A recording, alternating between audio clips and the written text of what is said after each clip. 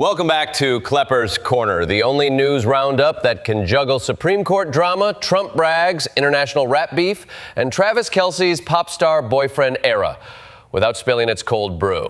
It's June 26, 2025, and if today were a stock, we'd label it volatile but entertaining. Segment 1, SCOTUS smacks down Medicaid lawsuits. In a 6-3 decision, the Supreme Court ruled South Carolina can block Planned Parenthood from its Medicaid program.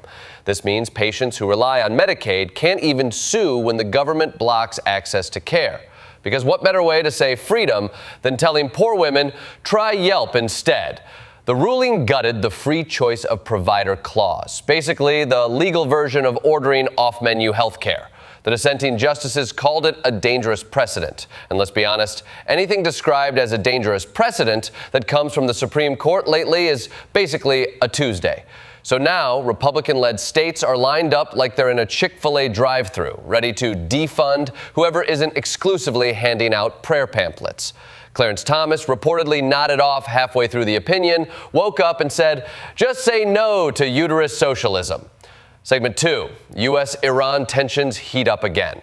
Meanwhile, in the geopolitical escape room we call the Middle East, tensions with Iran flared again. U.S. troops were pulled back earlier this week based on indications and warnings of an impending Iranian strike.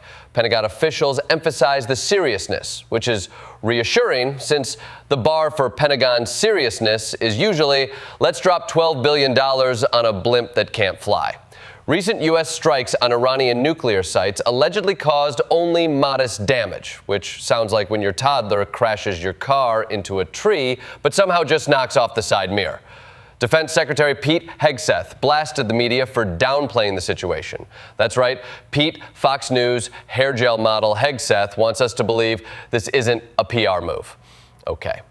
Segment 3, Trump declares NATO a 5% success. At the NATO summit in The Hague, President Trump secured a deal where members pledged to spend 5% of GDP on defense. He called it a triumph, which is how Trump describes anything that doesn't involve him falling off a golf cart.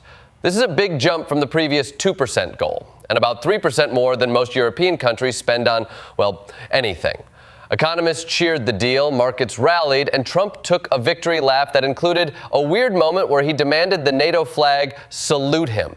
Secretary General Mark Rutte called Trump's leadership essential, though sources say he whispered that with the same energy you use when thanking your Uber driver for not talking. Segment 4, NVIDIA's skyrocket and the Powell shakeup whispers. NVIDIA just leapfrogged Microsoft to become the world's most valuable company at $3.77 trillion. You heard that right, trillion.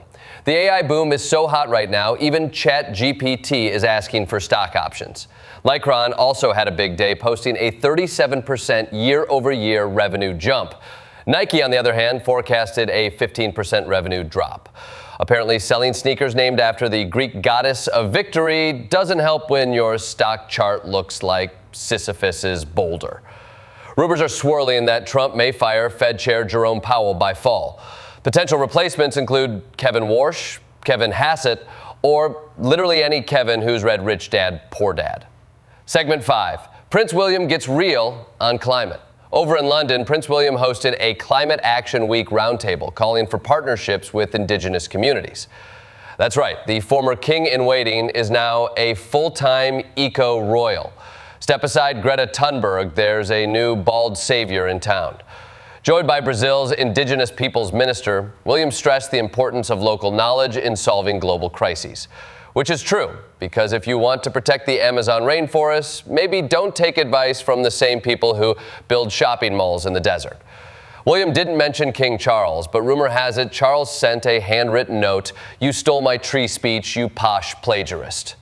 Segment 6, Kneecaps Glastonbury gamble. Irish rap trio Kneecap teased a big announcement before their Glastonbury set. Yes, they're controversial. Yes, they've had legal drama. But hey, if Johnny Rotten could headline in a diaper, why not these guys?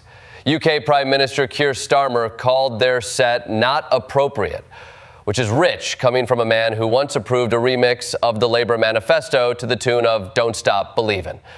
It's not clear what the big announcement is. But based on their reputation, it's either a new album or a diss track aimed at the Crown Prosecution Service. Segment 7, Costa Rica calls out deportations. A Costa Rican court ordered the release of about 200 migrants who've been deported by the U.S. Why? Because apparently the U.S. didn't follow legal procedures. Shocker.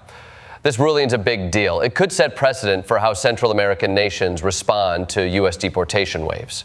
The U.S. State Department hasn't commented yet, likely because they're still Googling, can a country undeport people? Segment 8, Celebrity PDA Parade. And finally, the most unifying thing in America today, Taylor Swift's love life.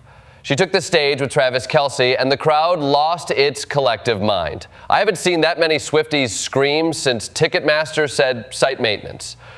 Also making waves, Scarlett Johansson and Jonathan Bailey were caught kissing.